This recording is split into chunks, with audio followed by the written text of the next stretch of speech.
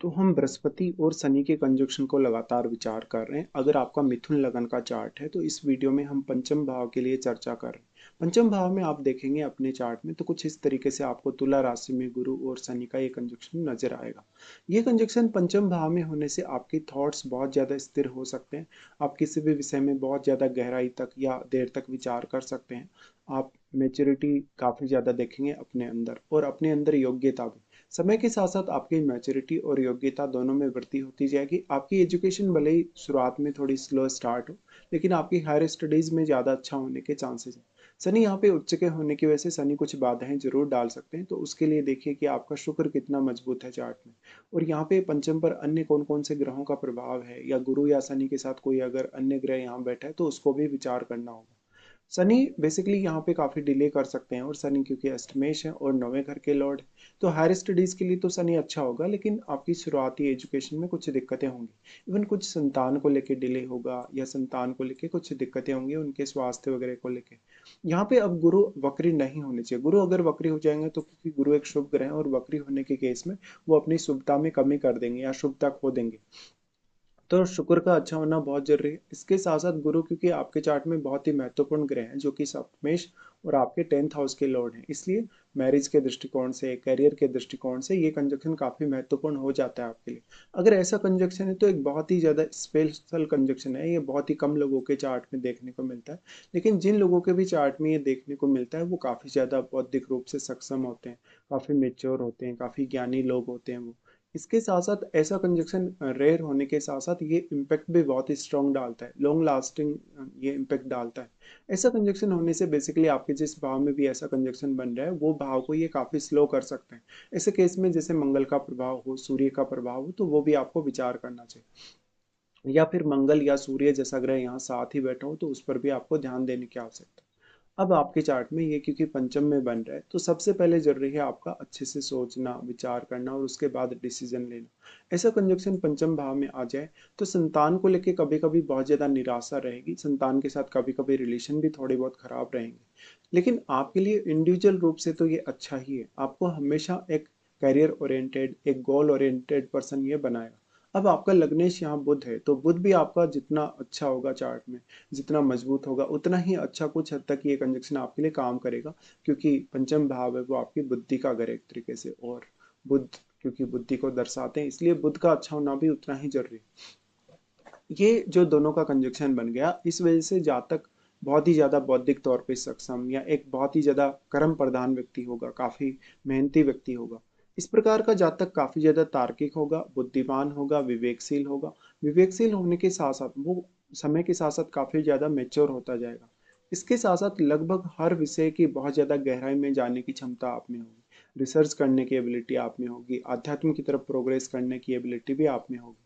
यहाँ पे शनि ज्यादा से ज्यादा आपको धैर्य प्रोवाइड करते हैं, अनुशासन प्रोवाइड करते हैं, जिससे आप गुरु की क्षमताओं का भी ज्यादा अच्छे से इस्तेमाल कर सकें। लेकिन क्योंकि गुरु शुभ ग्रह है, शुभ ग्रह जब भी वक्री हो जाता है तो वो अपनी क्वालिटीज में कमी कर सकता है, कारकत्व में कमी कर सकता है, या वो अपनी क्वालिटीज को लूज कर सकता है।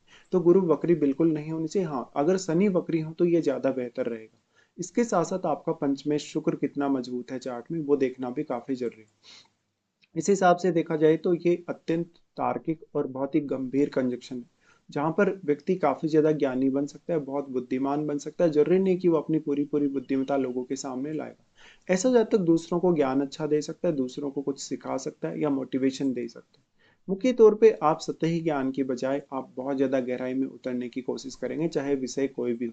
ऐसा व्यक्ति मानसिक तौर पे भी या इमोशनली भी आप देखा जाए तो काफी स्ट्रांग होगा। अब आपके चार्ट में चंद्रमा का स्ट्रांग होना काफी जरूरी है, कि जो आपकी फीलिंग्स यहाँ होंगी, जो आपके इमोशंस यहाँ होंगे वो कंट्रोल हो सकें, चंद्रमा अगर मजबूत है तो। इसके हिसाब से आपका पंचम भाव हालांकि थोड़ा एक्टिवेट होना ही चाहिए, या पंचमेश आपका अच्छा हो तभी आपको फायदा मिल पाएगा सबसे ज्यादा। ऐसा कंजक्शन होने से यहाँ पर शनि आपको धैर्य प्रदान करते हैं, अनुशासन प्रदान करते हैं, लेकिन गुरु बहुत ज्यादा दूरदर्शी परिणामों को दिखाते हैं, बहुत ज्यादा दूरगामी परिणामों को दिखाते हैं। तो गुरु की क्वालिटीज को प्रयोग करके आप ज्यादा विवेकशील हो सकते हैं, बुद्धिमान हो सकते हैं, या मेच्योर ज्यादा हो सकते हैं। निर्णयों में आप कभी भी यहाँ जल्दबाजी नहीं करें। इसके साथ साथ लंबे समय के बाद ही आप कुछ प्लानिंग करें, हमेशा अच्छे से सोचने के बाद ही। भले ही आपको शुरुआत में समय लग जाएगा, लेकिन जो भी आप प्लान करेंगे उस पर आपको बिल्कुल भी डाउट नहीं रहेगा और वो प्लानिंग भी आपकी सक्सेसफुल होने की संभावना बढ़ जाएगी। कभी कभी ऐसा हो सकता है कि जातक बहुत ज्यादा विश्लेषण कर रहा है, बहुत लंबा समय यहाँ गुजार देता है। ये ज्यादातर तब होने की संभावना होगी जब आपका चंद्रमा अच्छा प्लेस नहीं है चार्ट में। अब क्योंकि पंचम भाव संतान का है और गुरु वैसे संतान का कारक ग्रह है, लेकिन अब गुरु जैसे प्लैनेट के प्रभाव की वजह से संतान बहुत ज्यादा संस्कारी, गुणवान या बहुत ही अच्छी हो सकती है, व्यवहार के दृष्टिकोण से अनुशासित हो सकती है। साथ साथ में आपके धन के मामलों में संतान का बहुत बड़ा रोल हो सकता है। आपकी नेम फेम और प्रसिद्धि के मामले में भी संतान का काफी बड़ा रोल हो सकता है। यहाँ पे अब संतान प्राप्ति में कुछ विलंब हो, संतान के स्वास्थ्य को लेकर कुछ दिक्कतें हो, ऐसी कुछ दिक्कतें हो सकती हैं।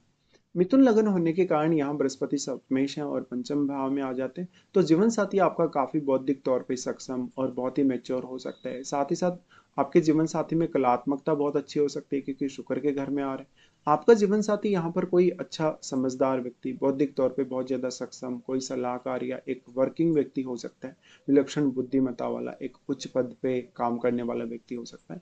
तो ज्यादातर केस में ये भी है कि आप अपनी पसंद से मैरिज करेंगे, अपना पार्टनर खुद चूज करके मैरिज करेंगे, लेकिन जरूरी नहीं कि वो एक लव मैरिज ही प्रॉपरली हो। पर फिर भी जीवन साथी आपको आर्थिक मामलों में सपोर्ट करेगा, आपको डिसीजन लेने के लिए भी काफी सपोर्ट करेगा और स्पेशली कैरियर के लिए भी।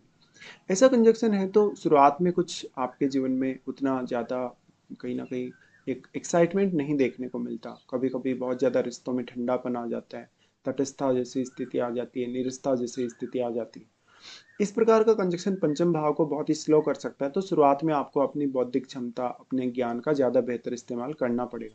ऐसा कंजक्शन होने से बेसिकली आप कोई ज्ञान आधारित कार्य चुन सकते हैं जिसमें आपको ज्यादातर बोलना पड़े, जैसे आपको किसी को सलाह देनी पड़े, कोई आप अच्छे जज हो, कोई लॉयर हो या प्रोफेसर हो, या आप हो सकता है सीए वगैरह हो, कोई भी प्लानर हो, आप रणनीति बनाने वाले व्यक्ति हो। इस प्रकार से हालांकि आप बिजनेस में भी अच्छा कर सकते हैं, लेकिन आपको ऐसे बिजनेस में नहीं जाना चाहिए जिसमें आप एकदम से शॉर्टकट तरीके से काम करें। ऐसा कंजक्शन बेसिकली आपको कानून का अच्छा ज्ञान दे सकता है, आपको एजुकेशन अच्छी दे सकता है, उच्च अध्ययन के लिए सपोर्टिव हो सकता है, रिसर्च वगैरह के लिए सपोर्टिव हो सकता है। इसके साथ साथ आप कोई वित्तीय सलाहकार या सीए वगैरह या फाइनेंस के फील्ड में काम करने वाले व्यक्ति, बैंकिंग के फील्ड में काम करने वाले व्यक्ति हो सकते हैं। इसके साथ साथ आप गवर्नमेंट सेक्टर में भी जा सकते हैं किसी बड़े प्रशासनिक पद पे, लेकिन ये जरूर हो सकता है कि आपको कैरियर में बड़ी सफलता पाने के लिए समय भी ज़्यादा देना पड़ सकता है। अब वैसे तो देखा जाए ये धन के दृष्टिकोण से काफ़ी अच्छा कंजक्शन है, जहाँ पर आपका क्योंकि नवमेश है शनि और दशमेश गुरु है, तो यहाँ पर पंचम में आकर बैठ गए दोनों, इस वजह से धन के लिए काफ़ी अच्छी स्थिति मानी जाएगी। भले ही शुरुआत में आपको थोड़ा धन अर्जित करने में परेशानी रही हो या थोड़ी कठिनाई रही हो, अब आप एक अच्छे प्रतिष्ठावान, बहुत ही एक धनी व्यक्ति बन सकते हो क्योंकि दोनों का दृष्टि 11वें घर पे भी है। अब देखा जाए तो इनकी दृष्टियों के अकॉर्डिंग अगर बात करें तो शनि का सबसे पहले विचार करते हैं। शनि सबसे पहले दृष्टि डालेंगे अब सप्तम पर, लेकिन सप्तम भाव स्वयं बृहस्पति का ही है और बृहस्पति शनि के साथ ही बैठे हैं। तो आपको अगर गुरु आपका अब वक्री नहीं है तो आपको ज्यादा फायदा होगा। गुरु वक्री हो जाता है शनि के साथ बैठकर, तब आपको उतना फायदा नहीं हो पाएगा शनि की दृष्टि से। तो शनि यहाँ आपके पार्टनर को काफी सीरियस बनाएंगे, बहुत ज्यादा रिजिड बनाएंगे, कभी कभी आपका पार्टनर आपको भी डोमिनेट करेगा। इस तरीके से पार्टनर के साथ आपको अपना बिहेवियर अच्छा रखना होगा, अपना विचारों का तालमेल अच्छा रखना होगा, अंडरस्टैंडिंग अच्छी रखनी होगी। साथ ही सप्तम भाव में जो भी प्लैनेट आपका बैठा है उस ग्रह विशेष के केस में, या वो ग्रह आपके चार्ट में जिन जिन भाव का स्वामी, उसके केस में आप में बहुत ज्यादा डिसिप्लिन आ सकता है, अनुशासन आ सकता है।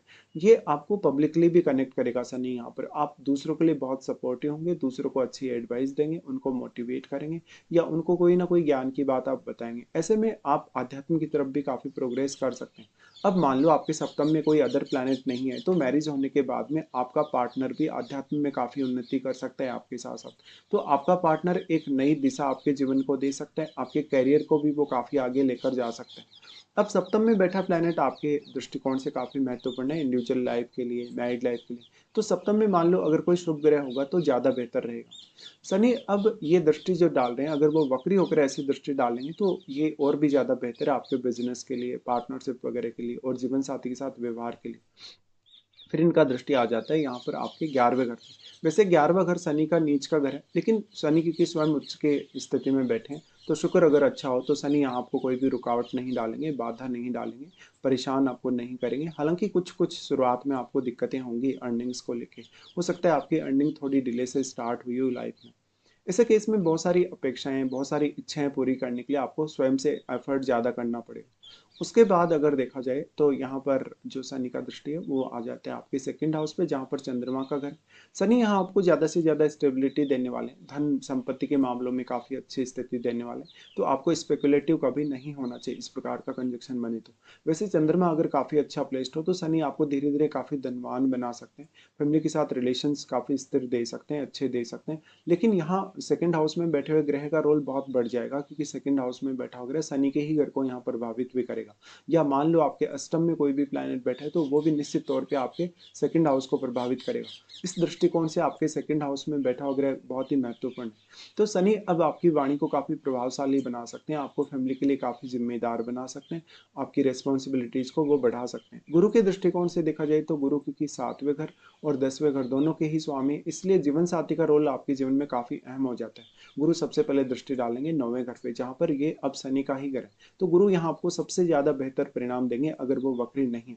ऐसे में गुरु कुछ हद तक आपको संतान के मामलों में और धन के मामलों में, नॉलेज के मामलों में काफ़ी लकी बनाएगा, इवन जीवन साथी से जुड़े मामलों में भी। तो जीवन साथी के आने के बाद में आपकी लाइफ थोड़ी ज़्यादा बेटर हो सकती है, आपका रिलेशन थोड़ा ज़्यादा बेटर हो सकता है, लेकिन अपने रिलेशन में आपको काफ़ी ज़्यादा प्रैक्टिकल भी होना पड़ेगा। बृहस्पति का दृष्टि नवम भाव पे होने से मेनली ये हायर स्टडीज़ के लिए अच्छा, विदेश जाने, विदेश में सेटलमेंट के लिए देखने, या अपने स्टडीज़ वगैरह, रिसर्च वगैरह के लिए विदेश जाने के लिए अच्छा है। यहाँ बैठा ग्रह भी अब आपके लिए काफ़ी फेवर कर सकता है गुरु के शुभ प्रभाव की वजह से। लेकिन गुरु यहाँ कितना ज़्यादा प्रभाव डाल पा रहे हैं वो भी एक इम्पोर्टेंट यहाँ पर टॉपिक रहेगा आपके लिए।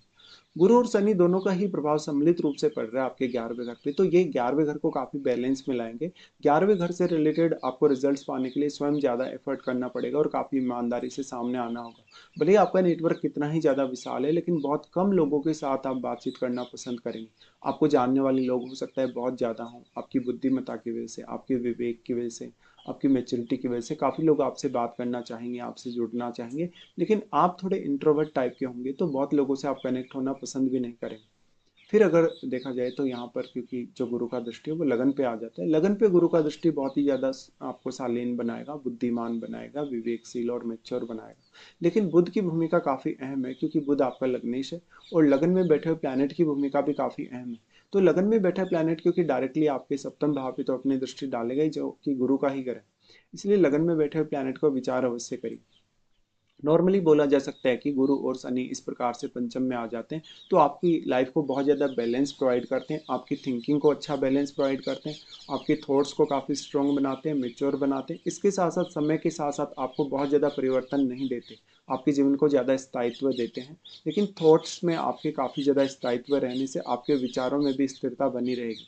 इस हिसाब से देखा जाए तो फिर आपको गुरु और शनि की महादशा पर विचार करना काफ़ी जरूरी है, क्योंकि गुरु और शनि की महादशा अगर आप सम्मिलित रूप से देखें तो आपके जीवन का बहुत ही बड़ा पार्ट कवर कर देती है। इसलिए गुरु की महादशा अगर है तो शनि की महादशा जस्ट उसके बाद ही होगी। लेकिन किसी किसी का ऐसा रह सकता है कि जैसे शनि की महादशा में किसी का जन्म हुआ है तो हो सकता है उसको गुरु की महादशा इस जीवन काल में ना देखने को मिले। बट अगर आपको गुरु की महादशा इस जीवन काल में देखने को मिल रही है, लगभग आपको मिड एज में या थोड़ा अर्ली एज में भी, तो शनि की महादशा के लिए भी आपको स्वयं को रेडी रखना होगा। निश्चित तौर पे भले ही ऐसा कंजक्शन बहुत फास्ट आपको रिजल्ट ना दिखाए, बहुत फास्ट इम्पैक्ट ना दिखाए, लेकिन ये स्लो स्लो भी आपको काफ़ी आगे लेकर जा सकता है ऐसा कंजक्शन। फिर ये कंजक्शन मैरिड लाइफ के दृष्टिकोण से, आर्थिक रूप से, आपकी छवि के दृष्टिकोण से, आपके नेम फेम के दृष्टिकोण से बहुत ही इंपॉर्टेंट होगा। तो इस तरीके से आपको इस पर विचार करने की आवश्यकता है।